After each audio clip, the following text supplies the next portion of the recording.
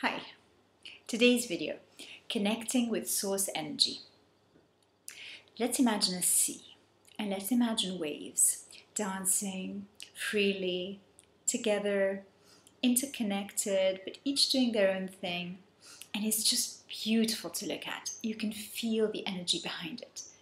Now imagine one wave decides to go off on its own and figure it out and sort it out and get to its end result. Except this wave is finding it hard.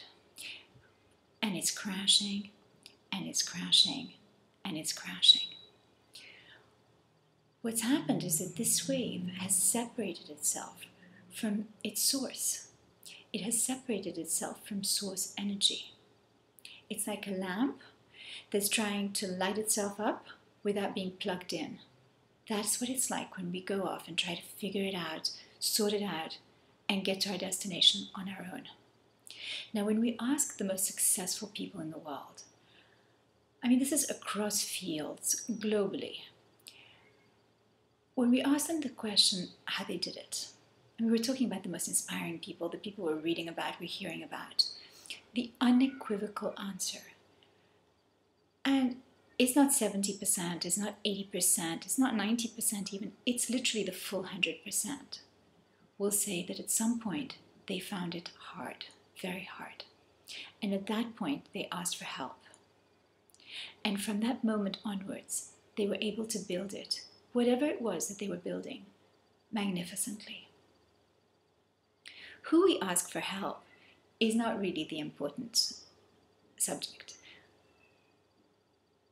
The important thing is to understand that there is a source energy that creates worlds, that lets a seed become a tree, lets an embryo become a baby, that creates stars and rainbows and us, and that we are a part of this source energy.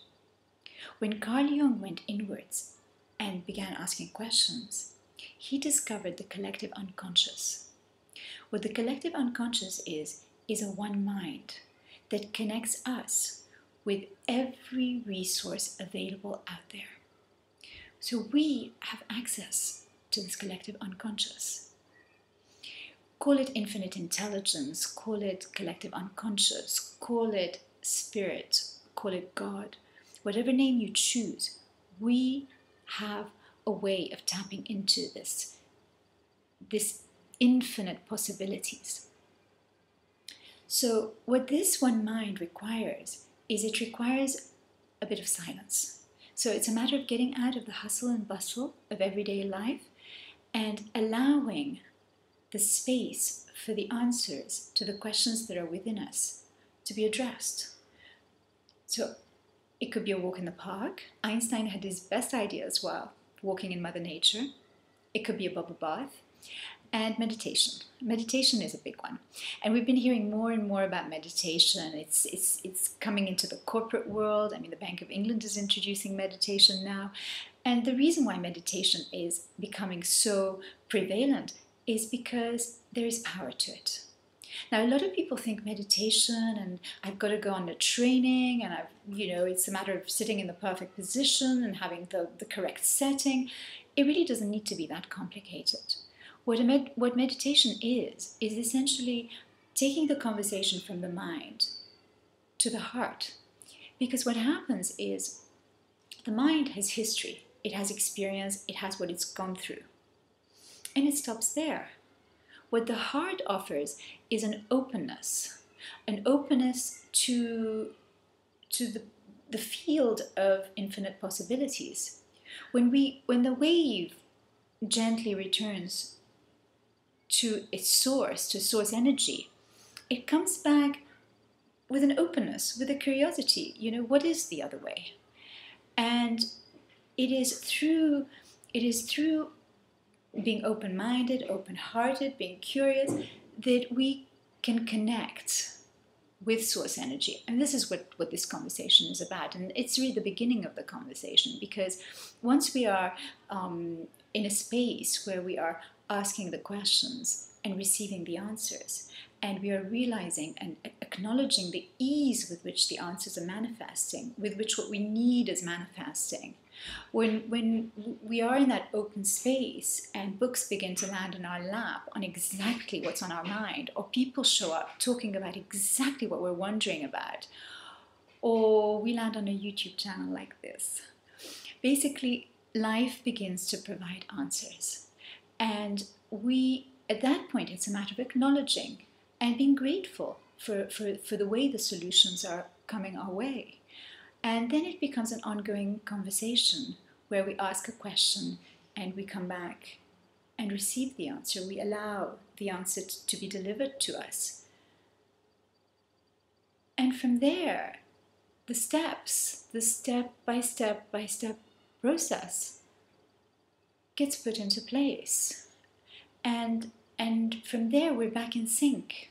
What Carl Jung discovered, synchronicities. We're back in the dance. We're back part of the whole. We're back in co-creation mode. We're moving with life. We're creating with life. I mean, it's in life's interest for us to reach our destination. Okay, I'm not going to call it destination, but where we're going. Because when we are in that place where we're feeling filled up and feeling good, life can use us. Life can use us to share this information with others, can use us to bring creation through us.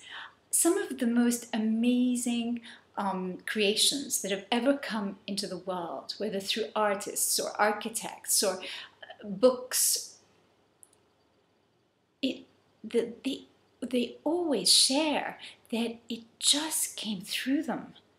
And this is what happens when we're in that place where we offer ourselves to life, and we bring out what's within us. In the same way that an acorn becomes an oak tree, we have within us the programming to bring out everything that's within us. And this is what leads us to our self-actualized life, and this is what leads us to that place where we are able to share what we've learned with others. Now, in my book, Tap into Miracles, I have a very basic 101 meditation, introduction to meditation. And it really is a matter of bringing that conversation down to the heart, to the openness, to the possibilities. And to take it from there, one day at a time, one idea at a time, one inspiration at a time.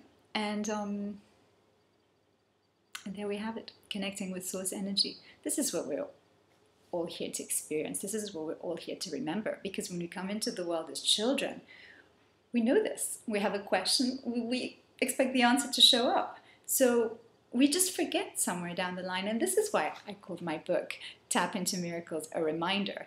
Because it's just a matter of remembering that infinite intelligence, source energy, is available to us and is here for our connection. So it's just up to us.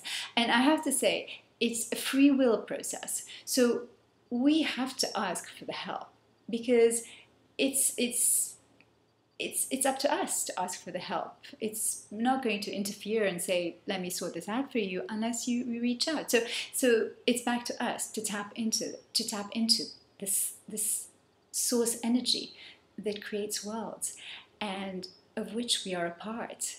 And then we can be back in the dance. So on that note, I wish you a super inspired, super connected day full of dancing. Until the next conversation. Bye.